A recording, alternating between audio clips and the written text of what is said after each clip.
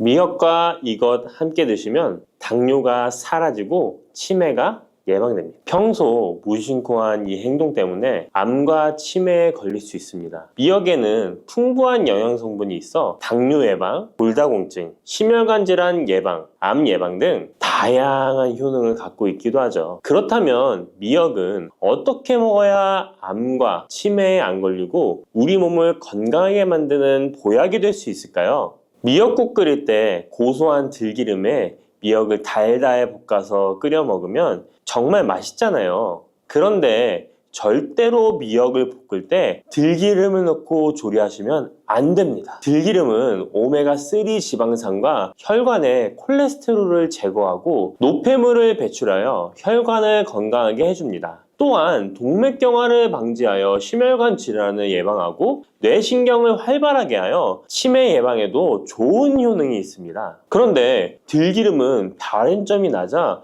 열을 가하게 되면 산패가 되어 좋은 성분은 없어지고 1급 발암물질인 벤조피렌이 생성됩니다. 벤조피렌은 암을 발생시킬 뿐만 아니라 뇌 분비계의 장애를 일으키고 뇌 건강에 악영향을 주는 정말 위험한 물질입니다. 건강에 좋은 줄 알고 넣은 들기름 때문에 오히려 건강을 해치는 독을 먹는 상황이 되는 거죠. 들기름은 미역국을 다 끓인 다음에 마지막에 한 스푼 넣어 드시면 들기름의 효능과 고소한 맛을 온전히 누릴 수 있습니다. 미역과 함께 드시면 절대 안 되는 두 번째 음식은 바로 대파입니다. 다른 국이나 찌개를 끓일 때는 파를 꼭 넣는데 유독 미역국을 끓일 때는 왜 파를 넣지 않는 걸까요? 그 이유는 미역과 대파 둘 다 알긴산이라는 성분이 있는데 이 알긴산은 미끌거리는 식감이 있습니다. 함께 드시게 되면 식감이 나빠지는 이유도 있지만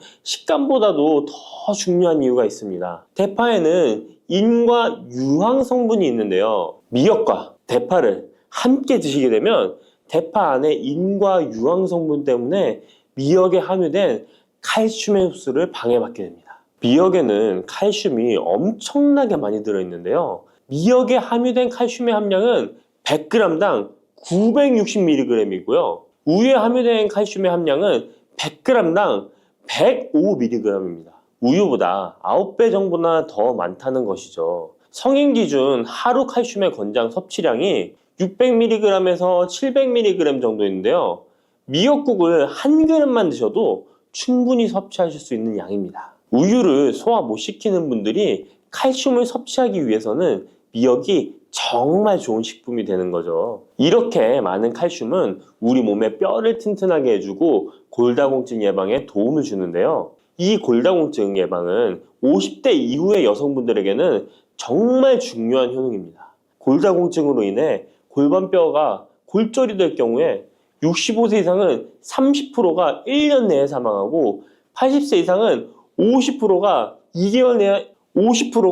2개월 내에 사망을 할 수 있다는 통계가 있습니다. 나이가 들어갈수록 미역을 충분히 섭취하시는 것을 추천드립니다. 이런 칼슘 보충제에 정말 중요한 미역을 대파와 함께 드신다면 칼슘 흡수가 제대로 되지 않는 것이죠. 미역에 미끌미끌한 성분이 알긴산이라고 했잖아요. 이 알긴산도 우리 몸에 정말 중요한 역할을 해줍니다. 바로 알긴산은 다른 물질을 흡착하는 성질이 있어 혈관 내에 나쁜 콜레스테롤을 흡착하여 배출을 도와줍니다. 이렇게 되면 동맥경화를 예방할 수 있고 혈액순환을 원활하게 하며 심혈관 질환을 예방하는 데 도움을 줄 수 있습니다. 미역이 피를 맑게 한다고 하잖아요. 바로 이 알긴산의 효능 때문에 혈관이 깨끗해지기 때문입니다. 또한 알긴산은 장 운동을 촉진하고 배변 활동을 원활하게 하여 변비 예방에 도움을 줍니다. 이는 미역의 풍부한 식이섬유와 함께 장 건강에 도움을 주는 거죠. 미역에 함유된 풍부한 식이섬유는 당뇨 예방에 탁월한 효능을 발휘하는데요. 국립보건원에서 장년층 7,400명을 대상으로 추적 조사를 해봤는데 해조류를 전혀 먹지 않는 사람과 매일 미역국 반 그릇 이상의 해조류를 섭취한 사람의 당뇨병 발생 위험도를 조사했는데 하루에 미역국 반 그릇 이상 먹는 사람이 해조류를 전혀 먹지 않는 사람에 비해 당뇨병 발생 위험도가 20%가 낮았습니다. 미역의 풍부한 식이섬유는 급격히 오르는 혈당을 막아주는데요. 식이섬유가 소화의 속도를 늦춰주고 인슐린의 분비를 조절해주기 때문입니다. 식이섬유는 포만감을 높여주고 칼로리가 낮아 식사량을 조절하는 데 도움을 주고 체내에 노폐물과 독소를 배출하여 체중을 감량하는 데도 도움을 주어 다이어트 식품으로도 많이 활용되고 있습니다. 미역국은 또 아이를 출산한 산모들이 반드시 먹는 음식인데요. 미역의 풍부한 요오드는 출산 후 늘어난 자궁을 수축시켜주는 데 도움을 주며 모유가 잘 나오도록 도와줍니다. 또한 요오드는 피를 멎게 하여 상처를 빨리 아물게 하는 역할도 해줍니다. 칼슘과 철분이 풍부하여 출산 후에 흥분된 신경을 안정시켜주고 혈액의 생성을 도와 산모의 빈혈 예방에 도움을 주게 됩니다. 또한 칼륨이 풍부한데요. 칼륨은 체내 나트륨을 배출해주는 역할을 해줘 산모의 부종을 완화시켜주는데 탁월하기도 합니다. 그리고 요오드는 산모에게 좋을 뿐만 아니라 신진대사를 촉진하여 몸에 에너지를 보충해주는 역할을 합니다. 요오드가 부족할 때 나타나는 증상들이 있는데요. 몸에 기력이 없다고 하죠. 힘이 없고 피로감이 높아지게 됩니다. 신진대사가 원활하지 않기 때문에 몸의 영양소를 소모하지 않게 되어 체중이 증가하게 되고요. 피부가 건조해져 거칠어지고 탈모도 일어날 수 있습니다. 나이 들면서 인지 능력이 떨어지는 것도 요오드 부족의 한 현상일 수도 있습니다. 요오드가 부족하면 우리 몸의 호르몬의 중추적인 역할을 하는 갑상선에 문제가 생기는데요. 바로 갑상선 저하증이 생길 수 있습니다. 이러한 문제들을 미역을 섭취함으로 예방할 수 있는 건데요. 요오드의 하루 권장 섭취량은 2.4mg입니다. 미역국 한 그릇에는 요오드가 약 1.1mg 정도 함유되어 있으니 미역국은 하루에 한두 그릇만 드시길 바랍니다. 요오드는 과하게 섭취하게 돼도 문제가 생기는데요. 요오드의 섭취량이 많아지면 갑상선염이나 다른 갑상선 질환도 유발할 수 있습니다. 특별히 갑상선이 약하신 분들은 미역을 섭취하는데 주의하셔야겠습니다. 갑상선은 우리 몸에서 가장 중요한 내분비 기관 중 하나인데요. 갑상선은 목 부분, 기관지 아래에 위치한 나비 모양의 내분비 기관인데요. 중요한 여러 기능을 하지만 그 중에서도 대사율을 조절하는 역할이 있습니다. 갑상선에 T3, T4 호르몬을 분비하여 우리 몸의 에너지 소비와 체온 조절을 하는데 중요한 역할을 하게 됩니다. 갑상선 호르몬은 신경 시스템의 정상적인 기능을 유지하는데 꼭 필요한데요. 호르몬이 제대로 분비되지 않아 수치가 너무 높거나 낮게 되면 우울, 불안 증세, 기억력 감퇴 등의 문제도 발생할 수가 있습니다. 이 갑상선 호르몬에 영향을 미치는 것 중에 요오드가 있는데요. 요오드가 부족하면 세계보건기구에서는 뇌세포가 손상되고 치매가 발생할 수 있다고 보고하고 있습니다. 갑상선 저하증이나 항진증이 있는 분들이 요오드가 많은 미역을 많이 드시면 오히려 건강을 더 해칠 수가 있습니다. 건강하신 분들은 미역을 많이 드셔도 호르몬 조절이 잘 되어 문제가 없지만 갑상선에 문제가 있어서 호르몬 조절이 잘 안 되는 분들은 이 요오드의 수치가 높아지게 되면 체내에 활성산소가 증가하게 되어 염증을 일으키고 갑상선염을 유발하고 극히 드물지만 심해지면 갑상선 암으로도 발전시킬 가능성도 있습니다. 따라서 갑상선에 문제가 있는 분들은 미역을 드실 때 주의하셔야 합니다. 날이 갈수록 암의 발병률이 높아지고 있어서 암에 대한 관심도가 높아지는 것이 사실이죠. 이처럼 미역에는 강력한 항암 효과가 있어 건강식품으로도 아주 좋은데요. 미역에는 요오드, 식이섬유, 칼슘, 비타민 등 많은 영양소가 있다고 했잖아요. 그런 것보다 훨씬 중요한 것이 있습니다. 바로 후코이단이라는 성분인데요. 이 성분이 바로 강력한 항암 작용을 한다고 알려져 있습니다. 코이단 성분은 미역의 줄기보다 미역귀에 7배나 많이 들어있어 요즘에 미역귀가 항암식품으로 많이 알려져 있습니다. 이 후코이단은 암세포가 스스로 사멸되도록 유도하는 효능이 있습니다. 이러한 효능으로 암세포가 생기는 것을 막아주고 전이 되는 것도 방치할 수 있는 거죠. 후코이단은 특히 폐암, 간암, 대장암, 유방암, 백혈병에 효능이 좋다고 입증된 논문들이 발표되기도 했습니다. 후코이단은 항암 작용 외에도 콜레스테롤 혈관에 흡착되지 않도록 막아주고 혈류를 원활하게 해주어 혈관을 건강하게 해주는 역할을 해줍니다. 이렇게 혈관을 깨끗하게 해주어 뇌졸중과 뇌경색, 심근경색 등의 심혈관 질환도 예방할 수 있습니다. 미역귀와 함께 토마토를 드시면 항암 효과를 극대화할 수 있는데요. 토마토가 채소의 왕으로 불리며 우리 몸에 정말 좋다는 사실 알고 계시죠? 토마토에는 라이코펜이라는 항산화 성분이 풍부하게 함유되어 있습니다. 라이코펜은 강력한 항산화 작용으로 몸 안의 활성산소를 제거하여 혈관을 건강하게 하고 염증을 제거하여 노화를 예방할 뿐만 아니라 미역의 후코유당과 만나 암세포를 제거하는 강력한 항암작용을 하게 됩니다. 미역과 함께 드시면 효과가 극대화되는 음식으로는 두부가 있습니다. 콩으로 만든 두부는 식물성 단백질이 풍부해서 건강식품으로 우리 식탁에 정말 많이 올라오죠. 두부에는 단백질뿐만 아니라 사포닌 성분도 풍부하게 함유되어 있습니다. 사포닌은 인삼, 홍삼, 더덕 등에도 풍부하게 함유되어 있는 성분인데요. 이 사포닌은 면역력을 강화하고 체내의 활성산소를 제거하여 노화를 방지하고 항암작용도 하여 암을 예방하기도 합니다. 정말 기적과 같은 성분입니다. 그런데 이 사포닌의 단점이 체내에 요오드를 배출하여 요오드 결핍이 있는 분들은 주의하셔야 하는데, 미역과 함께 드신다면 미역에 함유된 풍부한 요오드와 사포닌의 만남으로 미역의 섭취로 과다할 수 있는 요오드의 양을 두부의 사포닌이 배출시켜주어 걱정 없이 드실 수 있게 되는 것이죠. 칼슘은 뼈를 튼튼하게 만들어준다고 상식적으로 알고 계시잖아요. 우리 몸에는 칼슘이 많아도 골다공증이 생긴다는 사실 들어보셨나요?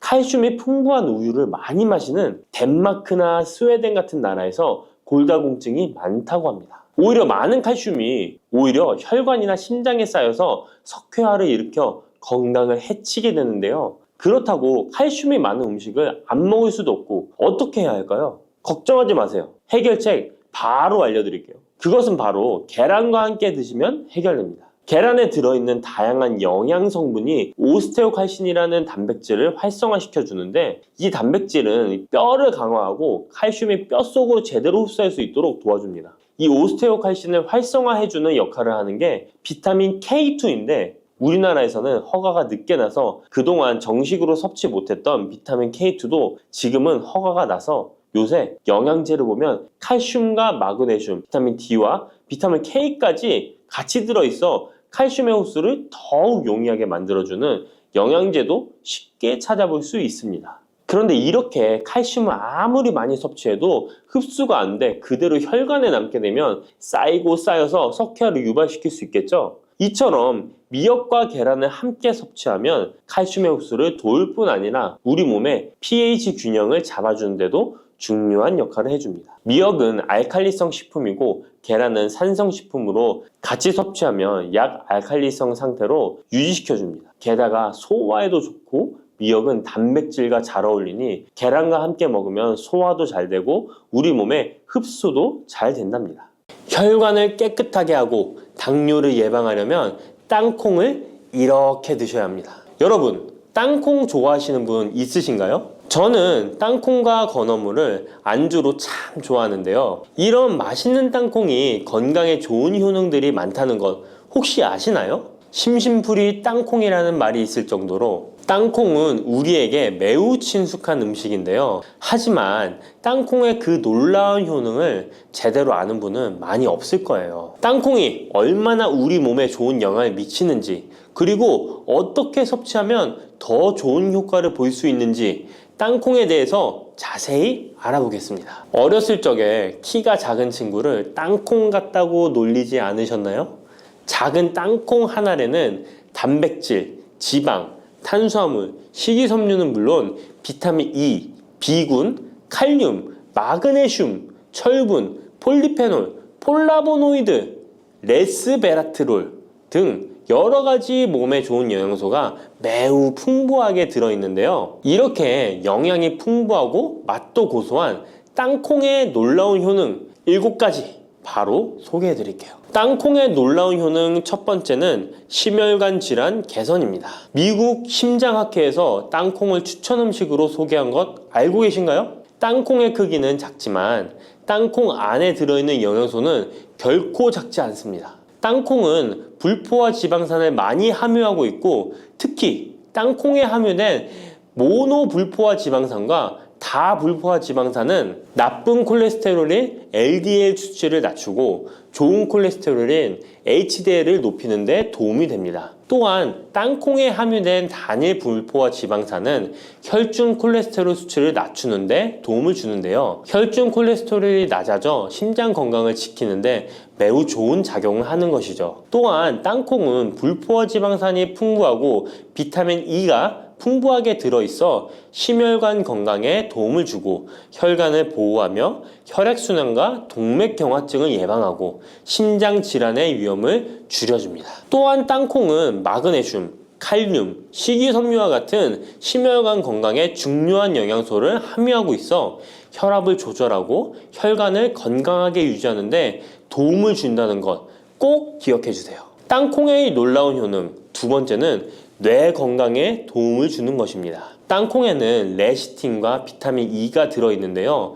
이 성분들은 뇌세포를 보호하고 뇌 건강을 유지하는 데 중요한 역할을 합니다. 특히 땅콩은 기억력과 집중력 향상에 도움이 될 수 있어 중년과 노년층에게 매우 유익한 음식이라는 것 아시나요? 땅콩이 함유된 비타민 E, 폴리페놀, 특히 레스베라트롤 등 강력한 항산화 성분은 뇌 건강에 도움을 줍니다. 이러한 항산화 성분은 뇌에서 발생할 수 있는 산화 스트레스를 줄여주며 이는 신경세포를 보호하고 뇌 기능을 향상시키는 기능도 해준답니다. 또한 땅콩은 불포화 지방산, 특히 오메가3 지방산을 포함하고 있어 뇌 기능을 개선하고 치매와 같은 뇌 질환을 예방할 수도 있는데요. 특히 불포화 지방산은 뇌세포의 구성 성분으로 중요한 역할을 하며 뇌신경 전도 속도를 높여 기억력과 합승 능력을 향상시킬 수 있습니다. 땅콩의 효능 정말 놀랍지 않나요? 아직 놀라기는 이른데요. 땅콩의 효능 세 번째는 체중 관리에 도움을 주는 것입니다. 땅콩은 단백질과 섬유질이 풍부해서 조금만 먹어도 포만감을 오래 유지시켜주는데요. 그래서 과식을 예방하고 체중을 관리하는 데 도움을 줄 수 있죠. 그냥 땅콩도 좋지만 땅콩을 갈아 만든 땅콩 버터도 포만감을 오래 유지시켜줘서 과식을 방지하는 데 효과적입니다. 또한 단백질과 지방산이 풍부해서 에너지를 공급하고 건강한 체중 관리를 돕습니다. 하지만 모든 음식은 과유불급 작지만 영양이 풍부한 땅콩은 고칼로리 식품이기 때문에 하루에 10알에서 20알 정도 적당량을 섭취하는 것이 중요하다는 것 꼭 기억해 주세요. 땅콩의 놀라운 효능 네 번째는 바로 당뇨 관리 효능입니다. 땅콩이 당뇨에 효능이 있다니 신기하죠? 땅콩에는 불포화 지방산이 많이 함유되어 있고 혈당 수치가 낮아서 혈당을 천천히 올리는 효과가 있는데요. 그래서 당뇨병 환자들에게도 좋은 간식으로 평가되고 있습니다. 또한 땅콩에 포함된 섬유질과 단백질이 혈당을 안정적으로 유지하는 데 도움을 주는데요. 땅콩에 포함된 식이섬유 또한 혈당의 흡수를 늦추고 혈당 수치를 안정적으로 유지하는 데 도움을 준다는 것입니다. 뿐만 아니라 땅콩의 마그네슘과 비타민 B9는 인슐린 감수성을 향상시키는 데 도움을 주고 이로 인해 땅콩은 당뇨병 예방 및 혈당 관리에 탁월한 식품으로 평가되고 있죠. 땅콩의 효능 정말 놀랍지 않나요? 아직 안 끝났습니다. 땅콩의 효능 다섯 번째는 피부 건강에 도움을 주는 것입니다. 땅콩에 들어있는 비타민 E와 항산화 물질이 피부를 건강하게 유지하는 데 좋은 영향을 주는데요. 땅콩에 들어있는 비타민 E는 강력한 항산화제로 피부 세포를 자유 라디칼로부터 보호하고 피부 노화를 지연시키는 데 좋은 영향을 줍니다. 이 성분은 피부의 탄력을 유지하고 주름을 예방하는 데 효과적이며 피부 노화를 방지하고 염증을 줄이며 피부를 매끄럽고 촉촉하게 만들어줍니다. 그래서 땅콩은 아름다운 피부를 위한 좋은 식품이죠. 그리고 땅콩에 포함된 불포화 지방산, 특히 올레산과 리놀렌산은 피부의 수분 유지를 도와 피부가 건조해지지 않도록 하며 염증을 줄여 피부 트러블을 완화하는 데 도움을 줄 수 있습니다. 뿐만 아니라 땅콩에는 아연이 포함되어 있어 피부 회복에 중요한 역할을 합니다. 땅콩에 함유되어 있는 아연은 상처 치유를 돕고 여드름과 같은 피부 문제를 개선하는 데 놀라운 효능도 있습니다.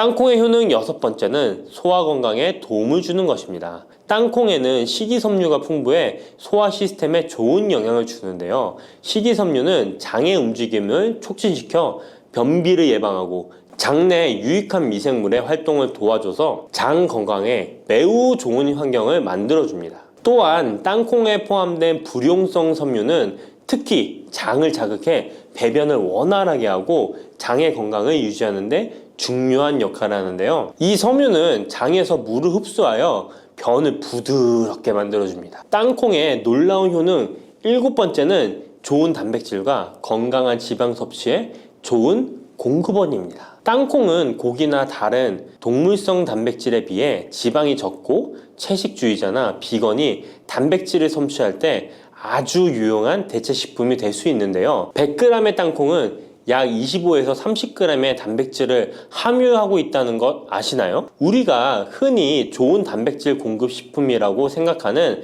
닭가슴살의 단백질 함량이 100g당 30에서 35g이라는 걸 생각해보면 단백질 함량은 닭가슴살에 비해 살짝 낮지만 대신 건강한 불포화 지방산과 다른 다양한 영양소도 다량 함유되어 있어 단백질을 섭취하기에 충분히 좋은 식품이랍니다. 이렇게 건강에 놀라운 효능이 있는 땅콩, 아무렇게나 드시면 땅콩의 효능을 100% 섭취할 수 없다는 것 아시나요? 보통 땅콩을 어떻게 조리해서 드시나요? 구워서? 볶아서? 삶아서? 모두들 좋아하는 방법이 다르실 텐데요. 생땅콩을 먹는 것이 가장 좋다라고 들으신 분들도 있으실 거예요. 과연 땅콩을 가공하지 않고 생으로 먹는 것이 가장 좋은 방법일까요? 정답은 아니오입니다. 생땅콩에는 독성이 있을 수 있는 물질인 아플라톡신이 포함되어 있을 수 있기 때문에 이를 피하기 위해서는 반드시 충분히 익혀 먹어야 하는데요. 볶거나 구운 땅콩은 아플라톡신을 제거할 수 있어 안전하게 섭취할 수 있지만 그보다는 땅콩을 삶아서 먹는 것이 더 건강에 좋다는 것 알려드릴게요. 땅콩을 삶았을 때 더욱 건강에 좋은 이유 몇 가지가 있는데요. 바로 알려드릴게요. 첫 번째, 삶은 땅콩은 볶은 땅콩에 비해 항산화 성분이 더 많습니다. 볶을 때 일부 항산화 성분이 파괴될 수 있고 또한 땅콩의 껍질에는 폴리페놀과 레스베라트롤이 풍부하게 함유되어 있기 때문에 땅콩을 볶은 뒤 버리는 껍질은 이런 몸에 유익한 성분들을 섭취할 수 없기 때문입니다. 두 번째, 삶은 땅콩은 과일산이 더 적고 식이섬유도 풍부한데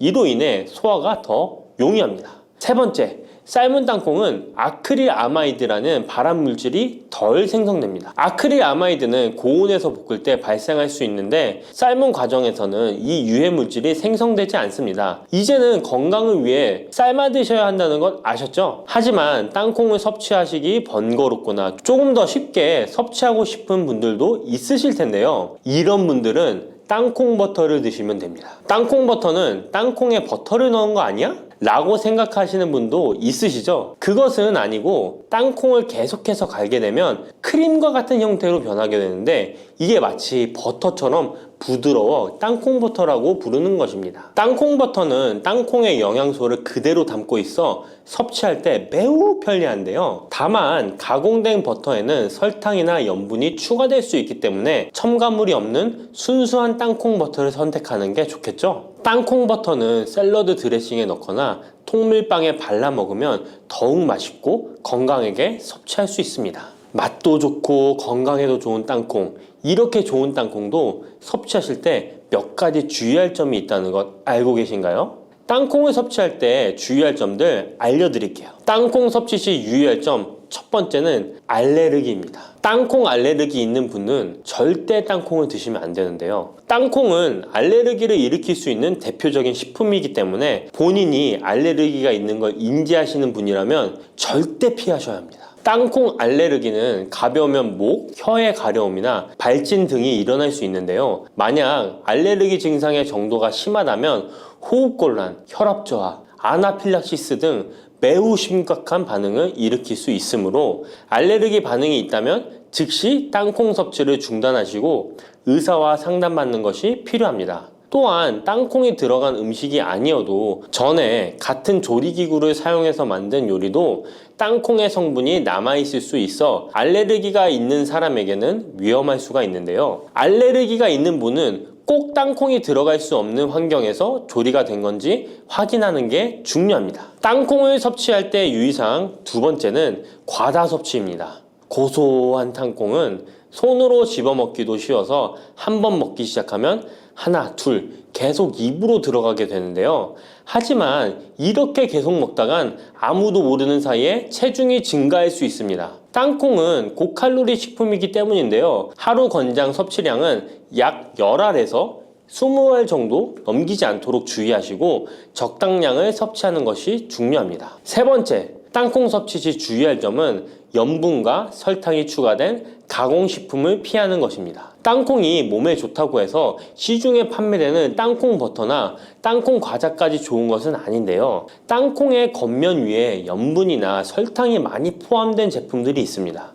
이러한 제품을 자주 섭취하면 혈압 상승이나 당뇨 유발 등의 문제가 발생할 수 있으므로 첨가물이 적은 제품을 선택하는 것이 좋습니다. 또한 땅콩 버터를 섭취할 때도 뒤에 성분표를 꼭 확인하셔야 하는데요. 맛으로 먹는 거라면 상관없지만 건강을 위해서 땅콩 버터를 섭취하시는 것이라면 100% 땅콩으로만 만들어진 제품인지 살펴보시고 구매해야 합니다. 땅콩 섭취 시 유의할 점 네 번째는 보관이 잘 된 땅콩을 섭취해야 하는 것입니다. 땅콩이 건조된 식품이라고 생각해서 실온에 대충 보관해 놓진 않으셨나요? 땅콩은 고지방 식품으로 지방산이 많이 포함되어 있기 때문에 산패가 될 수 있는데요. 산패된 지방산은 인체에 유해한 물질인 과산화지질을 생성할 수 있으며 이는 세포와 조직에 손상을 일으킬 수 있습니다. 땅콩이 보관 상태가 부적절해지면 곰팡이가 자주 발생하는데 이 곰팡이는 아플라톡신이라는 독소를 생성할 수 있습니다. 아플라톡신은 강력한 발암 물질로 알려져 있으며 장기적으로 섭취할 경우 간에 손상을 주거나 간암을 일으킬 수 있는 위험한 물질이죠. 따라서 땅콩을 보관할 때는 통풍이 잘 되고 건조한 장소에 보관해야 하며 곰팡이가 발생한 땅콩은 절대 섭취해서는 안 됩니다. 여러분, 달콤 쌉쌀한 계피 좋아하시나요? 저는 향긋한 수정과도 좋아하고 계피가루를 얹은 라떼도 매우 좋아하는데요. 계피는 단순히 향긋한 맛을 주는 향신료 이상의 효능을 가지고 있다는 것 알고 계신가요? 우리가 몰랐던 계피의 효능은 함께 먹으면 좋은 음식들, 그리고 주의할 점까지 자세히 알려드릴게요. 첫 번째 계피의 효능은 바로 암 예방 효과입니다. 계피는 항산화 성분이 풍부한 음식인 거 아시나요? 우리나라뿐만 아니라 전 세계적으로 계피는 많은 사랑을 받고 있는데요. 향이 좋을 뿐만 아니라 계피의 효능 또한 뛰어나기 때문입니다. 계피에는 항산화 물질이 함유되어 있는데요. 이런 항산화 물질은 우리 몸의 세포가 노화되거나 손상되는 것을 막아주는 역할을 합니다. 특히 계피에 들어있는 시나믹 알데하이드라는 성분이 강력한 항암 효과를 가지고 있어 암세포의 성장을 억제하는 효과가 있는 것이죠. 연구에 따르면 계피는 특히 대장암이나 간암 예방에 효과적일 수 있다고 하는데요. 계피에는 항산화 물질인 폴리페놀이 풍부하게 함유되어 자유라디칼이라고 불리는 유해한 분자로부터 세포를 보호하는 역할을 합니다. 자유라디칼은 암 예방과 관련된 DNA 손상을 일으킬 수 있으므로 항산화 작용을 통해 암 예방에 도움을 줄 수 있습니다. 꾸준히 섭취하면 암 예방에 큰 도움이 될 수 있겠죠? 계피의 놀라운 효능 두 번째는 탁월한 콜레스테롤 관리입니다. 계피는 콜레스테롤 수치 조절에도 아주 유익한 식품인데요. 계피에 포함된 식이섬유와 폴리페놀 성분이 이와 같은 효능을 나타내는데 이 성분들이 혈관을 깨끗하게 유지하는데 중요한 역할을 한다고 합니다. 여러 연구에 따르면 계피에 포함된 성분들이 혈중 나쁜 콜레스테롤 LDL을 감소시키고 좋은 콜레스테롤 HDL을 증가시키는데 도움을 주고 있다고 합니다. 이는 계피에 함유된 특정 화합물이 콜레스테롤의 흡수를 억제하고 간에서 콜레스테롤의 생성을 감소시키는 작용을 할 수 있다는 것을 의미합니다. 계피는 체내에서 지방의 축적을 막고 혈관의 건강을 유지하는 데도 중요한 역할을 한다고 알려져 있죠. 고지혈증이나 고콜레스테롤 혈증은 심혈관 질환을 일으킬 수 있는 중요한 위험 요소로 알려져 있는데요. 계피는 이런 위험 요소를 관리하는 데 도움을 줄 수 있답니다. 따라서 계피를 적당히 섭취하면 콜레스테롤을 관리하는 데 유익하다고 할 수 있습니다. 심혈관 질환이 걱정되시는 분들에게는 정말 좋은 식품이죠. 세 번째, 계피의 아주 놀라운 효능은 바로 당뇨병 예방입니다. 당뇨병은 많은 분들이 고통받고 있는 질병이죠. 주위에 당뇨병 때문에 혈당 관리하시는 분들 자주 볼 수 있는데요. 그런데 계피가 당뇨병 관리에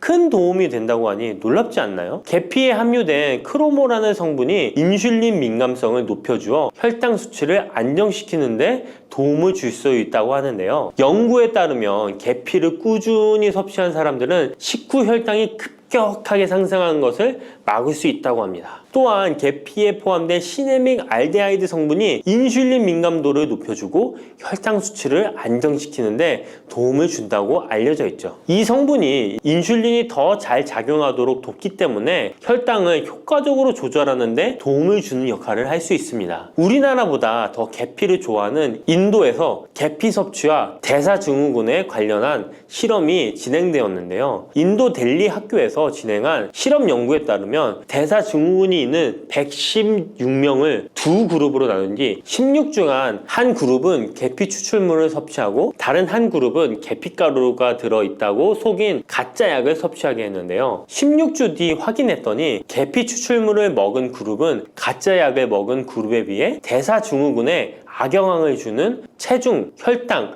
콜레스테롤 등의 수치가 개선되었다고 합니다. 참으로 놀랍죠. 물론 계피를 꾸준히 섭취하는 것만으로도 당뇨병을 완전히 예방할 수 있는 것은 아니지만 식이요법에 포함시킬 수 있는 좋은 재료라는 점은 분명합니다. 네 번째, 계피의 놀라운 효능은 바로 항염작용입니다. 계피가 항염작용까지 있다니 참 신기하죠? 계피에는 항염증 작용이 있는 화합물이 함유되어 있는데요. 계피에 들어있는 시나믹 알데하이드 성분은 염증을 줄이는데 효과적이라고 연구 결과도 있습니다. 이 성분은 몸속 염증 반응을 억제해주어 관절염, 근육통, 염증성 질환이 있는 분들에게 매우 유익한 식품이죠. 특히 체내에서 발생하는 염증은 만성적인 질환을 유발할 수 있기 때문에 이를 예방하는 것이 중요한데요. 계피를 섭취하면 몸속 염증을 낮춰주는데 도움을 줄 뿐만 아니라 면역력 강화에도 긍정적인 영향을 미친다고 알려져 있습니다. 겨울철에는 찬바람과 습기로 인해 염증이 쉽게 발생하는데 계피를 섭취하면 몸을 따뜻하게 해주고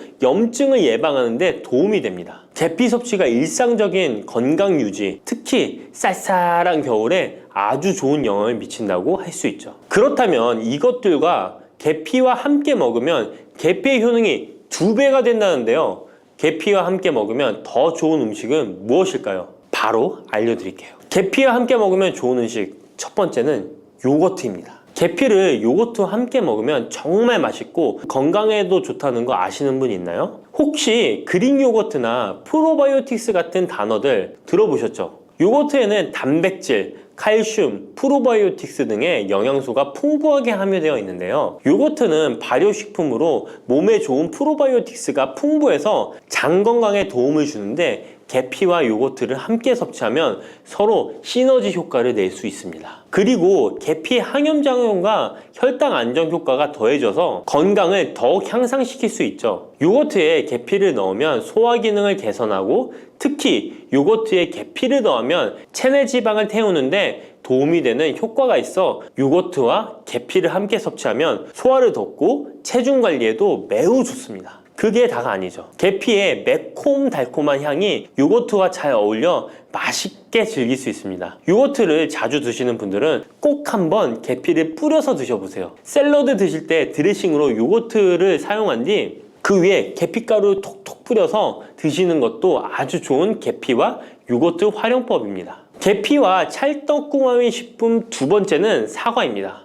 계피와 사과는 정말 잘 어울리는 조합인 거 아시나요? 사과에는 비타민C와 식이섬유, 항산화 성분이 풍부해서 면역력 강화와 소화에 도움을 주는 과일인데요. 계피는 당뇨병 예방과 관리에 도움을 주며 혈당 조절에 효과적인데요. 계피와 사과를 함께 먹으면 두 가지 재료의 장점이 더해져 더욱 효과적인 건강 관리가 가능하다는 것이에요. 그리고 이 두 가지가 만나면 체중 관리에도 큰 도움이 된다니 같이 안 먹을 이유가 없겠죠. 맛 또한 더욱 좋아지는데요. 계피는 사과의 달콤한 맛을 더욱 풍부하게 만들어주는데 서양에서는 디저트로 사과파이에 계피가루를 얹어 향긋하게 즐기는 게 유명하죠. 같이 섭취할 때는 사과에 계피를 뿌려서 간단히 먹거나 사과를 얇게 썰어 계피를 뿌려 먹으면 더욱 맛있고 건강한 간식이 될 수 있다는 것 기억해 주세요. 세 번째, 계피와 먹으면 좋은 음식은 바로 커피입니다. 계피와 커피는 정말 좋은 궁합을 자랑한다는 거 아셨나요? 커피는 카페인 덕분에 활력을 주는 음료인데요. 커피의 쓴맛이 사람마다 호불호가 갈릴 수 있습니다. 그런데 계피를 커피에 넣으면 그 쓴맛이 부드럽게 변화하면서 더 풍부하고 깊은 맛을 느낄 수 있는데요. 계피가 커피의 쓴맛을 부드럽게 감싸주기 때문에 커피를 마시는 동안에 입안에 더 부드러운 느낌을 주게 되는 것이죠. 계피는 항염증 효과와 항산화 효과가 뛰어나서 커피와 함께 마시면 건강 효과도 한층 더 올라가는데요. 커피 자체에도 많은 항산화 물질이 포함되어 있는데 계피 역시 강력한 항산화 성분을 가지고 있기 때문에 둘을 합쳐 마시면 체내 염증을 줄여주고 세포를 보호하는 효과를 볼 수 있는 것이에요. 계피와 커피를 함께 마실 때 또 다른 장점이 있는데요. 그건 바로 혈당 조절에 있습니다. 커피는 그 자체로 혈당을 빠르게 올리는 경향이 있는데요. 계피가 이 과정을 완화시켜주면서 커피를 드실 때 혈당이 급격하게 상승하는 것을 방지할 수 있습니다. 그래서 당뇨가 있으신 분들께도 이 두 음료의 조합은 매우 추천드립니다. 그렇다면 계피와 커피는 어떻게 함께 먹는 게 좋을까요? 계피와 커피를 함께 즐기기 위한 가장 간단한 방법은 계피가루를 커피에 넣는 것인데요. 커피가 다 내려준 후 4분의 1티스푼의 계피가루를 넣고 잘 저어주면 계피의 향이 커피와 자연스럽게 어우러져 향긋한 커피 한 잔을 만들 수 있습니다. 계피를 너무 많이 넣으면 커피의 맛이 너무 강해질 수 있으니 적당량을 넣어주는 것 잊지 마세요. 또한 계피 스틱을 사용해 커피를 우려내는 방법도 있는데요. 커피를 내린 후에 계피 스틱을 커피에 넣고 몇 분간 우려내면 계피의 향이 은은하게 배어들어 훨씬 더 맛있고 건강한 커피를 즐길 수 있습니다. 계피 스틱을 사용하면 시각적으로도 멋진 효과를 줄 수 있기 때문에 커피를 더욱 고급스럽고 멋스럽게 즐기고 싶다면 계피와 커피 꼭 한번 같이 우려보세요. 계피와 찰떡궁합 꿀조합을 알려드렸다면 이번에는 계피와 함께 먹으면 몸에 해가 되는 음식이 있다는 것을 알고 계신가요? 그것은 바로 귤이나 자몽, 레몬 같은 시트러스 계열의 과일인데요. 계피와 시트러스 계열 과일을 함께 먹으면 안 되는 이유 바로 알려드릴게요. 많은 분들이 시트러스 계열 과일, 예를 들어 오렌지나 레몬을 좋아하시는데요. 이 과일들은 비타민C가 풍부하고 상큼한 맛이 참 일품이죠. 하지만 계피와 시트러스 과일을 함께 먹을 때는 주의가 필요한데요. 계피의 주요 성분 중 하나인 시나몰은 계피가 가진 가장 독특한 향을 만들어내는 성분. 계피의 주요 성분 중 하나인 시나몰은 계피가 가진 독특한 향을 만들어내는 성분인데 이 시나몰이 시트러스 계열 과일의 산성 성분과 결합하면 위에서 소화가 잘 되지 않거나 불편한 증상을 유발할 수 있습니다. 특히 속쓰림이나 위경련이 일어날 수 있는데요. 이는 계피와 시트러스 과일이 소화효소의 분비를 방해하고 서로 반응하면서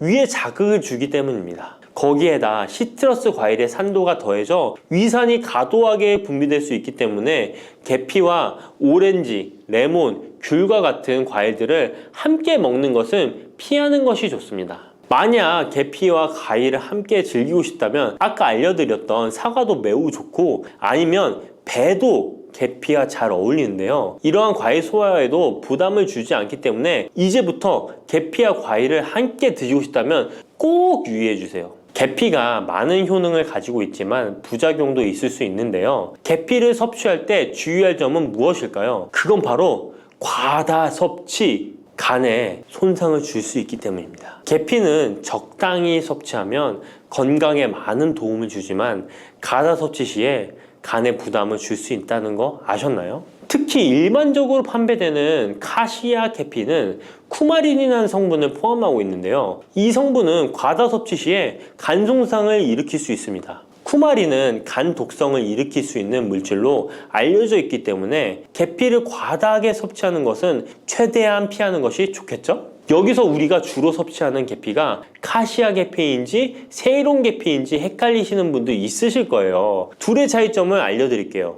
일반 계피는 주로 카시아 계피인데요. 카시아 계피는 중국, 인도, 베트남 등의 아시아 지역에서 많이 재배됩니다. 이 계피는 맛이 더 강하고 매운맛이 나면서 향도 좀 더 진하죠. 가격도 비교적 저렴해서 국내 유통되는 계피는 대부분 이 카시아 계피입니다. 세이론 계피는 주로 스리랑카, 인도의 일부 지역에서 자주 자생하는데요. 이 세이론 계피는 쿠마린의 함량이 매우 적답니다. 그래서 세이론 계피는 일반 계피보다 상대적으로 많이 섭취해도 건강에 부담이 적다는 것이죠. 세이론 계피는 향도 더 섬세하고 가벼운 느낌을 준다는 건데요. 세이론 계피는 더 희귀하고 가격이 비싸고 고급 계피로 취급되며 주로 건강식품이나 고급 요리에 사용됩니다.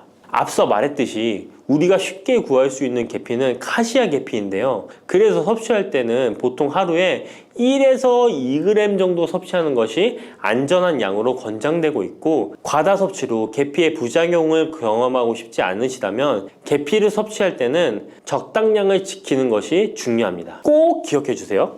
검은콩 드실 때 제발 이렇게 드세요.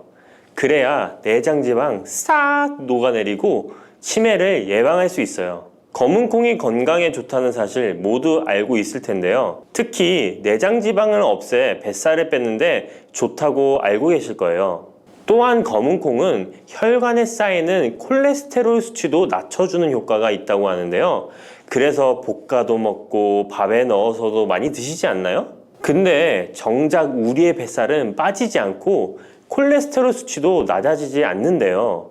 그건 먹는 방법에 문제가 있기 때문이에요. 물론 검은콩은 몸에 좋은 역할을 하는 효능이 많이 있지만 어떻게 먹느냐에 따라 오히려 몸에 독이 될 수도 있고 반대로 효능을 극대화시킬 수 있는데요.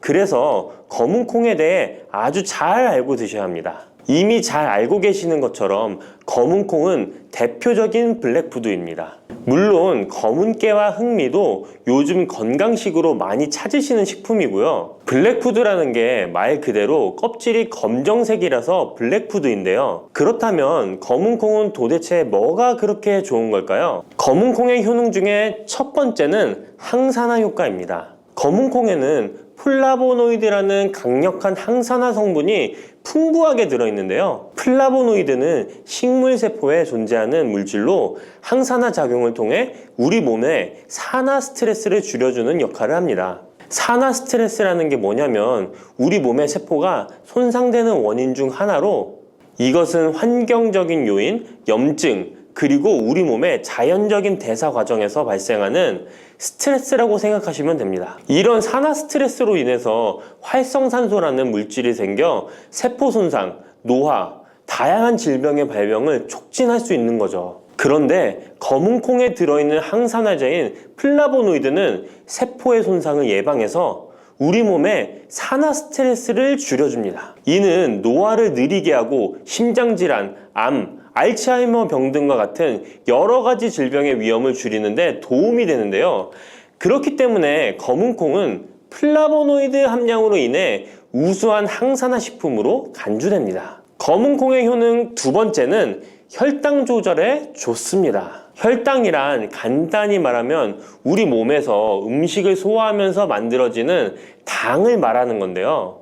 이 당이 우리 몸의 에너지를 만드는데 꼭 필요하죠. 그런데 당이 너무 많아지면 몸에 나쁜 영향을 줄 수 있어요. 그래서 우리 몸은 당을 잘 조절해야 합니다. 그렇다면 검은콩이 어떻게 혈당을 조절하는 걸까요? 바로 검은콩 안에는 단백질과 식이섬유가 많이 들어있는데, 단백질은 우리 몸을 튼튼하게 만드는 데 도움을 주고, 식이섬유는 포만감을 느껴지게 해서 먹는 양을 줄일 수 있게 도와줍니다. 여기서 식이섬유의 역할이 중요한데요. 식이섬유는 당이 너무 빨리 몸에 흡수되는 것을 막아줍니다. 이렇게 되면 당이 천천히 몸에 흡수되어 혈당이 급격하게 오르는 것을 막아주게 되는 거죠. 검은콩의 효능, 세 번째는 콜레스테롤 수치 조절입니다. 검은콩은 콜레스테롤 수치를 낮추는데 도움이 되는데요. 콜레스테롤은 우리 몸이 필요로 하는 지방 중 하나이지만, 이게 너무 많으면 혈관을 막아 심근경색이나 뇌혈관 질환을 일으키는 원인이 되는 거죠. 근데 검은콩에 들어있는 식이섬유는 우리 몸에서 콜레스테롤을 흡수하는 것을 줄여주는 역할을 합니다. 그 중에서 특히 검은콩에 들어있는 용해성 식이섬유는 콜레스테롤과 결합하여 그것을 체외로 배출하는데 도움을 주는데요. 그것 말고도 검은콩에는 불포화 지방산이라는 건강한 지방도 풍부하게 들어있습니다. 이 불포화 지방산은 나쁜 콜레스테롤인 LDL 콜레스테롤을 줄이고 좋은 콜레스테롤인 HDL 콜레스테롤을 늘려주는 역할을 합니다. 이렇게 해서 심장 건강을 유지하는 데 도움을 주게 되는 거예요. 검은콩의 효능, 네 번째는 눈 건강에 좋습니다. 검은콩에는 눈 건강에 도움이 되는 여러 가지 영양소가 들어있는데요. 그 중에서도 루테인과 제아잔틴은 눈 건강에 특히 중요한 역할을 합니다. 루테인과 제아잔틴은 우리 눈의 황반 부분에 많이 있는 영양소인데, 이 황반은 우리가 선명하게 볼 수 있게 해주는 중요한 부분입니다. 루테인과 제아잔틴은 이 황반을 보호해주고 밀도를 유지시켜 눈의 노화를 막아주고 블루라이트와 같은 유해 파장의 빛으로부터 보호하는 역할을 하게 되는 거죠. 특히 루테인과 제아잔틴은 황반병성이라는 눈 질환을 예방하는 데 도움을 주는데요. 황반병성은 우리가 나이를 먹으면서 발생할 수 있는 눈의 질환으로, 이 증상이 심해지면 시력을 잃게 만드는 주요 원인 중 하나입니다. 검은콩의 다섯 번째는 뼈를 튼튼하게 해줍니다. 검은콩은 뼈 건강에도 도움이 되는 여러 가지 영양소를 함유하고 있는데요. 그 중에서도 칼슘과 마그네슘이 뼈 건강에 특히 중요한 역할을 합니다. 먼저 칼슘은 우리 뼈와 이를 지탱하는 치아를 만드는 주요 성분입니다. 또한 우리 몸의 다른 중요한 기능들, 예를 들어 심장 박동과 신경 전달에도 필요한 물질입니다. 이런 중요한 칼슘이 검은콩에는 풍부하게 들어있어서 꾸준히 섭취하면 뼈를 튼튼하게 해주는 게 탁월한 식품이라고 할 수 있는 거죠.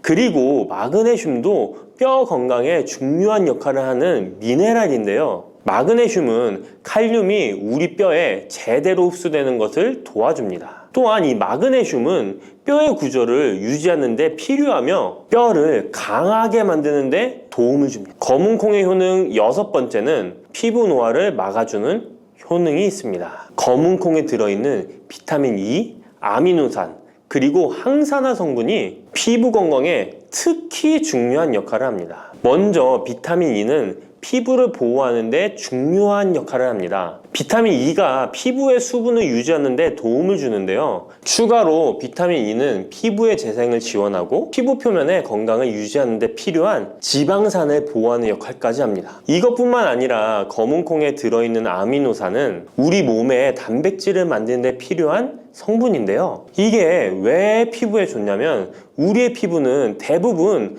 콜라겐이라는 단백질로 이루어져 있는데, 바로 이 콜라겐은 피부의 탄력을 유지해 주는데 좋아서 항상 탱탱한 피부로 보이게 되는 거죠. 또한 검은콩에는 아미노산이 풍부하게 들어있는데요. 아미노산도 콜라겐 생성에 도움을 줍니다. 검은콩의 효능 일곱 번째는 치매를 예방하는 효능이 있습니다. 검은콩에는 오메가3 지방산이라는 불포화 지방산이 들어있는데요. 이 오메가3 지방산은 우리 몸이 스스로 생성하지 못하기 때문에 식품을 통해 섭취해야 하는 필수 지방산입니다. 근데 오메가3 지방산이 뇌 건강에 매우 중요한 영향이 있다는 게 포인트인데요. 뇌는 약 60%가 지방으로 이루어져 있고 그중 대부분이 오메가3 지방산인 DHA로 구성되어 있습니다. 바로 이 오메가3가 뇌세포의 막을 구성하며 신경 전달 물질의 생성과 기능에 관여하여 학습 능력과 기억력을 향상시키는데 도움을 줍니다. 또한 오메가3 지방산은 뇌 염증을 줄이고 뇌세포를 보호하는 역할도 하는데요. 이것은 뇌 노화를 지연시키고 뇌 질환을 예방하는 데 도움을 주게 되는 거죠. 결국 오메가3 지방산은 치매 같은 뇌질환의 위험을 감소시키는데 효과적이라고 할 수 있습니다. 검은콩의 효능 8번째는 탈모 예방에 탁월합니다. 검은콩에는 모발의 성장에 필수 성분인 시스테인이 가득한데요. 이 성분들이 혈액순환에도 도움을 줘서 탈모도 예방이 되고 새치가 생기는 것도 막아주는 모발 건강에 정말 좋은 성분이라고 할 수 있습니다. 그러니까 나이가 들수록 꼭 드셔야 하는 음식이라고 생각하시고 드셔야겠죠. 근데 이런 어마어마하게 몸에 좋은 검은콩도 드실 때 주의해야 할 점이 있는데요. 아무리 좋다고 해도 과다 섭취는 안 되는 거 아시죠? 검은콩에는 피틴산이라는 성분이 들어있는데 이는 식물이 생장하는 과정에서 필요한 미네랄을 저장하는 역할을 합니다. 하지만 이 성분이 과도하게 섭취되면 우리 몸에서 필요한 미네랄인 칼슘, 철분 등의 흡수를 방해할 수 있습니다. 검은콩은 단백질과 식이섬유가 풍부하므로 잘 익히지 않고 먹으면 소화가 잘 되지 않을 수 있습니다. 요리하시기 전에 충분히 물에 불리고 완전히 익혀 드시면 되는데요. 하루 섭취 권장량은 50g 정도로 종이컵 1컵 정도 양이면 충분하다고 할 수 있습니다. 밥하실 때 특히 서리태 같은 검은콩 많이 넣어 드시잖아요. 오늘부터는 충분히 물에 불리고 무조건 많이 넣는다고 좋은 건 아니니 적당량을 잘 넣어서 드시면 좋겠습니다. 근데 검은콩 드실 때 다른 음식들과 같이 먹게 되는데요. 밥 지을 때 넣거나 다른 음식과 같이 먹기도 하는데 같이 먹으면 오히려 독이 되는 음식이 있다는 거 아시나요? 검은콩과 함께 먹으면 독이 되는 음식 첫 번째는 우유입니다.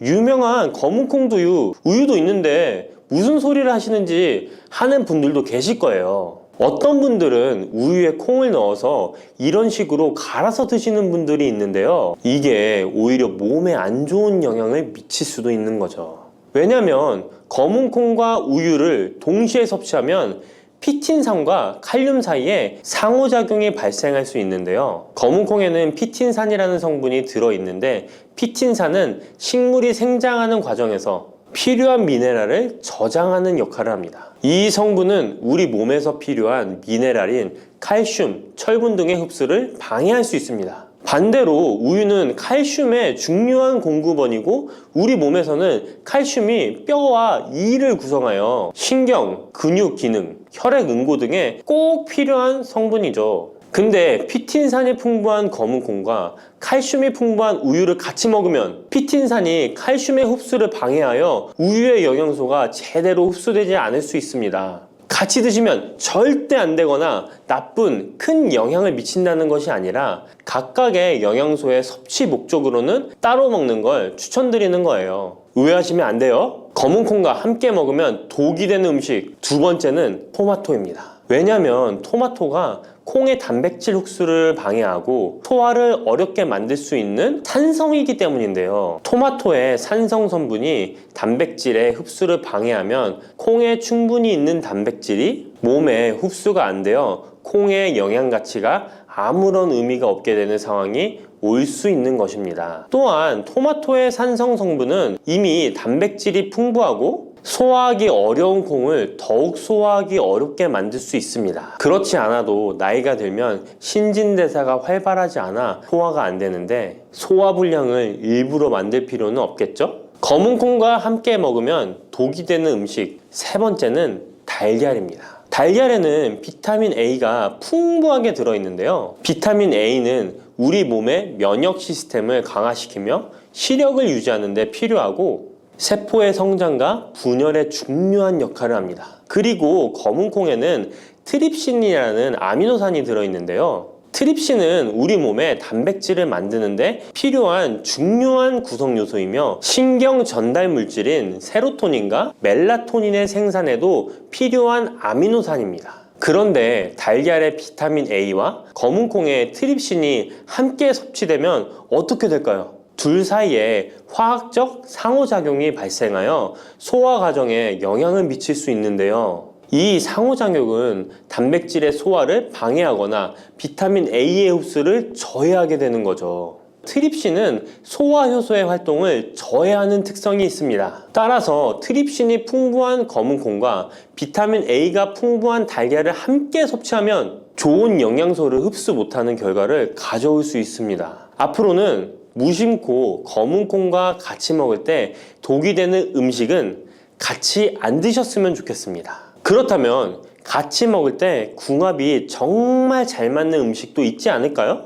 정말 찰떡궁합인 음식들도 있습니다. 검은콩과 궁합이 정말 잘 맞는 음식, 첫 번째는 흰 쌀밥입니다. 이미 다들 밥에 검은콩 넣어서 드시잖아요. 밥하고 검은콩은 그만큼 궁합이 잘 맞는다고 알고 계신 거죠. 검은콩에 들어있는 식이섬유는 소화 과정에서 천천히 분해되고 흡수되어 장기간 동안 포만감을 유지시키는데 도움이 되는데요. 밥과 함께 섭취하면 이런 효과가 더욱 증가를 하게 돼서 다이어트에도 효과적이라고 할 수 있습니다. 검은콩에는 저항성 전분이라는 성분이 들어있는데 이 성분은 혈당 수치의 급격한 상승을 막아주는데요. 흰 쌀밥에는 탄수화물이 많아서 혈당 수치가 급격히 상승할 수 있지만 검은콩과 함께 섭취를 하면 당 수치를 완화시키는데 도움이 되는 거죠. 이처럼 검은콩과 흰 쌀밥을 같이 먹으면 충분한 영양소 섭취, 포만감, 혈당 조절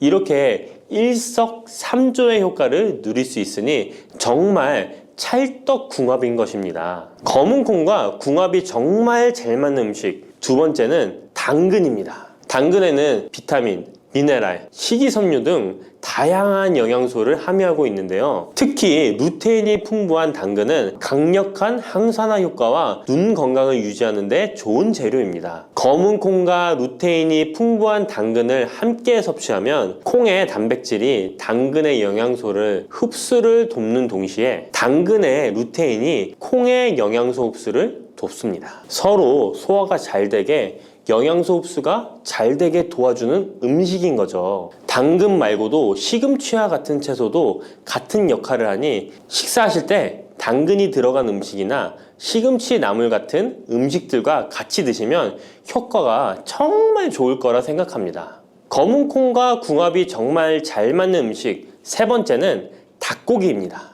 검은콩은 식물성 단백질의 좋은 원천이라고 잘 알고 있을 거예요. 근데 식물성 단백질은 동물성 단백질에 비해 필수 아미노산의 비율이 적은데요. 필수 아미노산은 우리 몸이 스스로 생산할 수 없는 아미노산으로 반드시 음식을 통해 섭취해야 하는 성분입니다. 닭고기는 동물성 단백질의 좋은 원천이며 모든 필수 아미노산을 골고루 함유하고 있습니다. 따라서 검은콩과 닭고기를 함께 섭취하면 두 가지 종류의 단백질이 서로를 보완하게 되는데요. 이렇게 함께 섭취하면 검은콩에서는 얻을 수 없는 필수 아미노산을 닭고기에서 보충할 수 있습니다. 반대로 동물성 단백질만을 섭취할 때보다 식물성 단백질의 섭취 비율을 늘려주는 것은 심혈관 건강에도 정말 좋은 효과를 볼 수 있습니다.